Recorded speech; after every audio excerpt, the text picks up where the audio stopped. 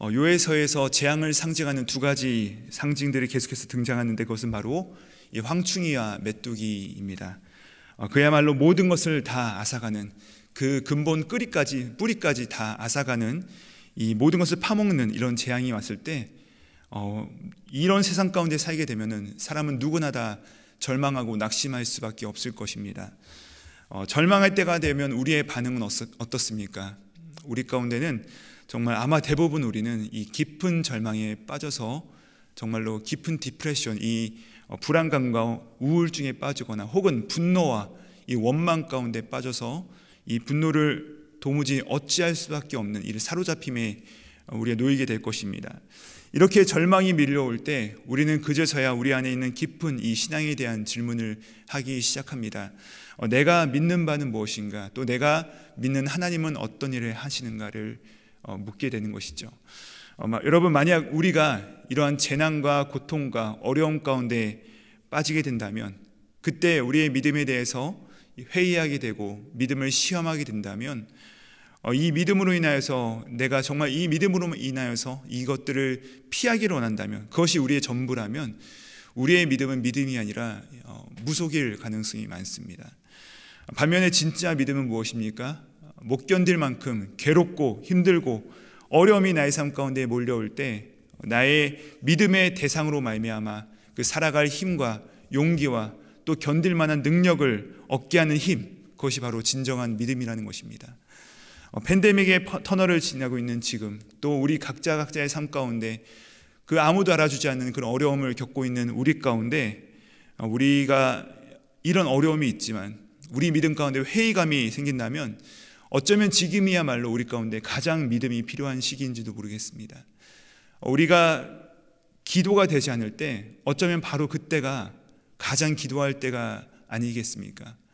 바로 이때가 바로 우리 가운데 믿음이 가장 필요한 것이죠. 그러나 우리가 스스로 잘 알고 있습니다. 우리가 믿음이 중요한 것은 알고 있지만 내 스스로의 믿음으로, 나의 능력으로 이 모든 것들을 이겨낼 수 있어 라고 말하기가 참 어렵습니다. 그래서 오늘 본문 앞장이 2장에 보시면 우리가 다 잘 아시듯이 바로 이와 같은 때, 황충이와 메뚜기가 모든 것을 다 쓸어간 때, 바로 그때 하나님께서 내가 나의 영을 부어주리니 하시면서 하시는 하나님의 말씀을 우리 가운데 던지시는 것이죠. 무슨 말씀입니까? 내가 나의 힘으로, 나 스스로의 힘으로 나의 믿음을 가지고서 감내할 힘이 도무지 없을 때 하나님께서 잘 알고 계시기 때문에 이 황충이와 메뚜기가 모든 것을 앗아간 바로 그때, 바로 하늘로부터 그 하나님의 능력이, 하늘로부터 하나님의 평화가 우리 가운데 임하기 시작하는 것입니다. 그래서 그 능력을 가지고서 이겨나가게 되는 것이죠. 여러분, 우리 주님은요, 우리가 정말로 이 숨이 헐떡헐떡 넘어갈 것 같은 바로 그때, 그 순간에 저와 여러분에게 바로 성령님을 부어주셔서 능력을 부어주사 우리 가운데 부흥의 역사를 경험하게 하시고 승리하게 하시는 주님인 줄 믿습니다.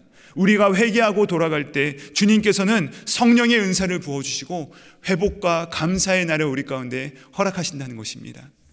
여러분, 그것이 바로 오늘 말씀입니다. 요엘서를 우리가 마무리하면서 이제 이 소망을 가지고서 요엘이 이 여호와의 날을 선포하고 있습니다.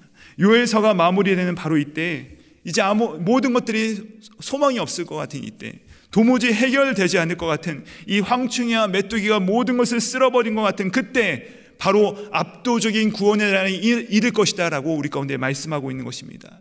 여러분, 근데 그날은요, 이 구원의 날인 동시에 바로 심판의 날이며 하나님의 이 공의가 이루어지는 날입니다. 하나님은 우리를 단지 회복시키는 것을 넘어서 당신의 공의를, 당신의 정의를, 이 저스티스를 우리 가운데 드러내십니다. 그러면서 이 악한 세상을 징벌하시면서 동시에 약한 우리들을 구원하시는 것이죠. 하나님께서 우리를 어떻게 구원하십니까? 우리를 구원하시고 회복하시는 이 여호와의 날은 우리를 딜리버 하시는 날, 우리를 구원하시는 날인 동시에 대적자를 징벌하시고 그들에게 심판을 내리시는 날인 것입니다. 이것을 바로 신적 복수의 날이라고 부르고 있습니다. 여러분, 오늘 본문을 대할 때면 우리는 굉장히 당황스럽습니다. 오늘 본문 말씀 보시면요, 9절부터 13절까지의 말씀을 보시면요, 무슨 말씀이 나옵니까? 너희는 전쟁을 대비하라. 내가 그들을 포도주 틀에 넣어서 밟아버리리라. 그리고 보복하겠다, 갚아주겠다, 심판하겠다라고 하나님께서 군한들을 향해서 삼엄한, 이 엄한 그분의 심판의 메시지를 선언하고 나가십니다. 이럴 때 우리는 우리 가운데 이런 궁금증이 들기도 합니다. 어찌 사랑의 하나님께서, 그 사랑이 풍성하신 하나님께서 이렇게 무서운 말씀을 하시지? 이런 생각이 우리 가운데 들 때가 있지만 그분의 분노는 까닭 없는 분노가 아닙니다. 무엇을 향한 분노입니까? 이 힘없고 연약하고 서러워서 정말로 어찌할 바 모르는 당신의 백성들의 그 한과 그 괴로움들을 갚아주시겠다는 그 신적 복수의 날, 자신의 힘으로 이 공의와 정의를 실현할 수 없는, 이 세상 가운데 이겨나갈 수 없는 이들을 위하여서 하나님께서 내가 친히 갚아주겠다, 내가 너희의 눈물을 갚아주겠다, 피는 내 손에 묻지마, 너희는 단지 그 회복의 날을 누리기만 하면 된다라고 하시면서 이들 가운데 찾아오시는 것이죠. 그 심판의 하나님은 그렇기 때문에 우리 가운데 무서운 하나님이 아니라 정말로 그분의 백성을 위하여서 이 심판과 복수의 하나님은 당신의 백성들에게 위로가 되어주시겠다라고 찾아오시는 하나님이시라는 것입니다. 그런데 그 심판의 장소가 어디라고 나와 있습니까?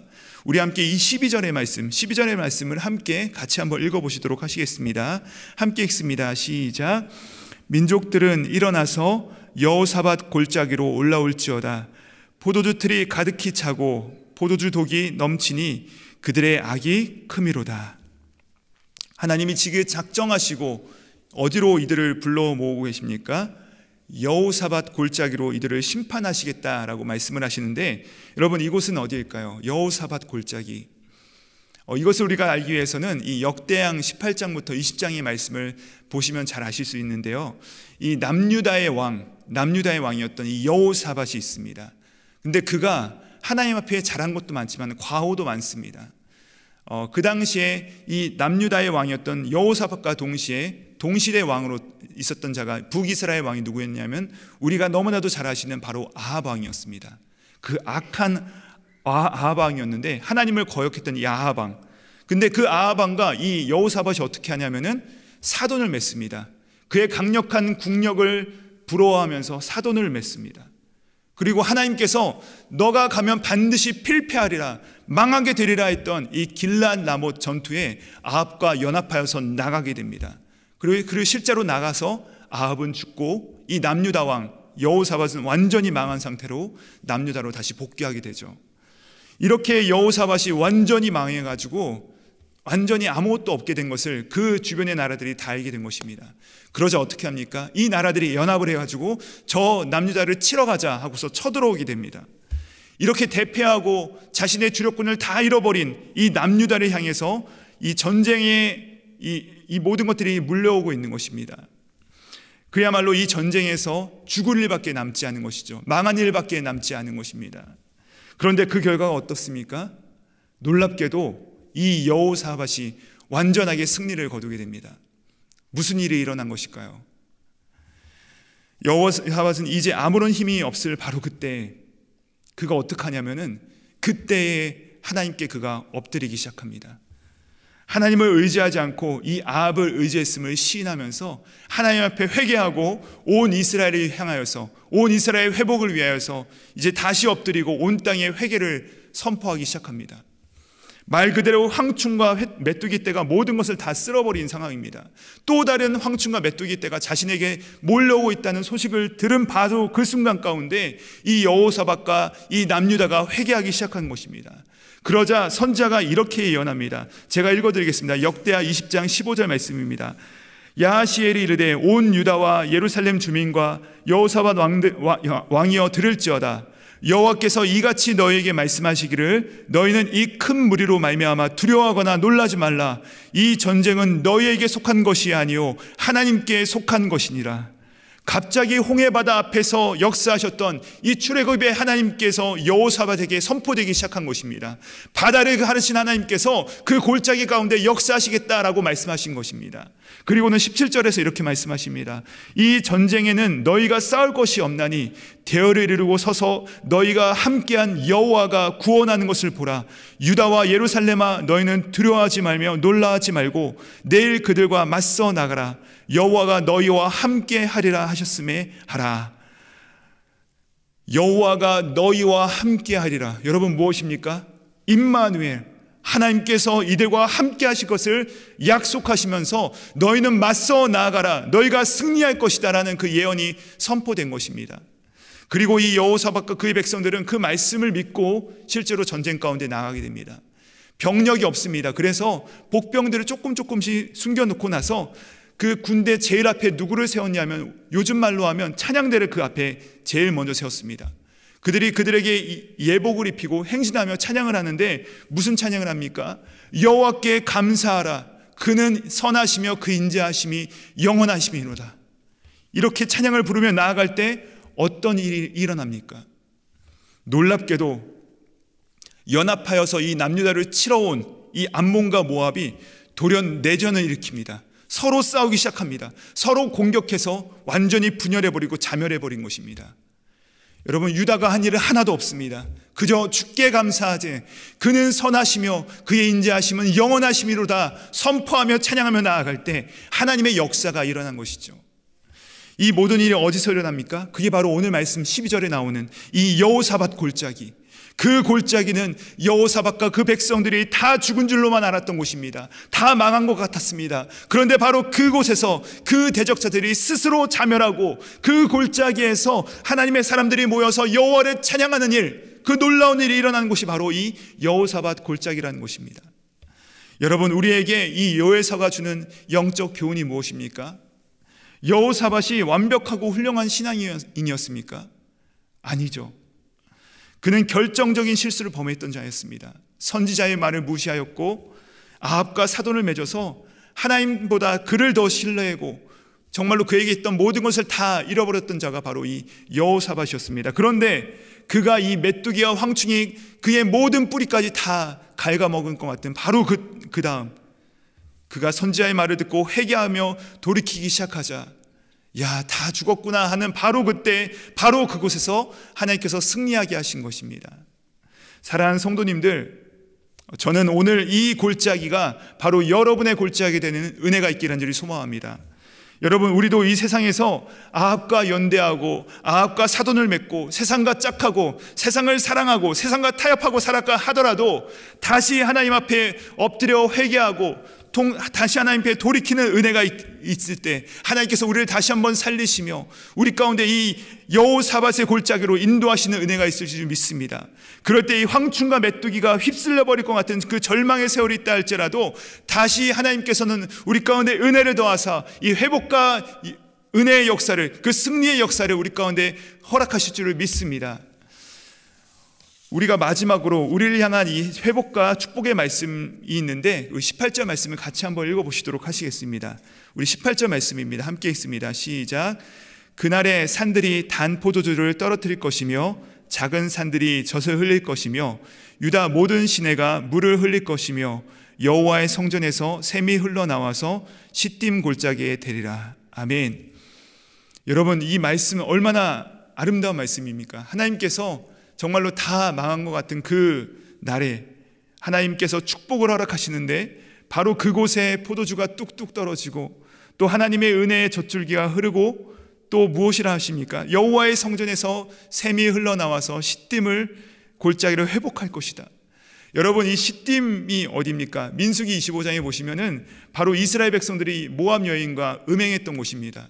이들이 음란하게 하나님 외에 우상 숭배를 했던 곳이 바로 이 시딤이라는 곳입니다. 그래서 하나님께서 하루 만에 단 4,000명을 몰살시켜 버리신 바로 그 저주의 땅이요 흑역사가 가득했던 땅이죠. 사망의 골짜기였던 곳이 바로 이 시딤 골짜기였습니다. 바로 이 음행과 죄의 수치로 인하여서 완전히 하나님의 저주가 영원히 임한 곳, 하나님의 심판과 징벌이 임한 곳. 그런데 여러분, 무엇을 약속하십니까? 이 시딤의 골짜기에서 하나님께서 다시 그 성전으로부터 흘러나오는 샘물을 통하여서 이 시딤 골짜기가 생명의 골짜기가 되어야 할 것이라고 약속하고 계신 것입니다. 저는 이러한 축복이 우리 교회, 우리 KCQ를 통하여서, 우리 KCQ의 성전을 통하여서 흘러나와서 여러분의 가정과 여러분의 삶의 터전 가운데 그대로 이루어지는 축복이 있기를 주님의 이름으로 축복합니다. 여러분, 우리의 고통과 슬픔의 골짜기가 이 포도주와 젖이 흐르는 이 축복의 골짜기로 바뀌게 될 것입니다. 하나님께서 우리 가운데 저주와 고통에 있던 우리의 흑역사가 우리 KC교회 성전으로부터 흘러나오는 이 샘물을 통하여서 우리 가운데 그야말로 이 생명의 골짜기로 새롭게 변화시키는 은혜가 우리 모두에게 있기를 주님의 이름으로 축복합니다. 우리 함께 기도하시겠습니다. 하나님 아버지, 자신들의 죄로 인하여 메뚜기와 황충으로 완전히 망하게 되었으나 당신의 백성들을 버리지 않으시고 다시 싸매시며 이 심판과 회복의 날을 선포하시는 우리 하나님의 사랑의 음성을 듣습니다. 주님, 우리가 세상 속에 살다가 어느새 세상과 벗되어 살며 당신을 떠나 죽음의 골짜기로 향하고 있을 때 우리 가운데 긍휼을 베푸사 주님 깨달아지는 은혜가 있게 하시고 돌이키게 하사 우리로 실패의 골짜기가 다시금 하나님을 찬양하는 이 여호사밧의 골짜기로 변모하게 하시고 매 예배 때마다 주의 성전을 간구하는 모든 성도들의 기도에 응답하사 혹여라도 우리의 삶에 정말로 죽음과 같은 암흑과 같은 시딤의 골짜기가 있다면 그것이 생명의 골짜기로 바뀌는 은혜를 부어 주시옵소서. 감사드리며 생명의 근원 되시는 예수 그리스도 이름 받들어 기도드립니다. 아멘.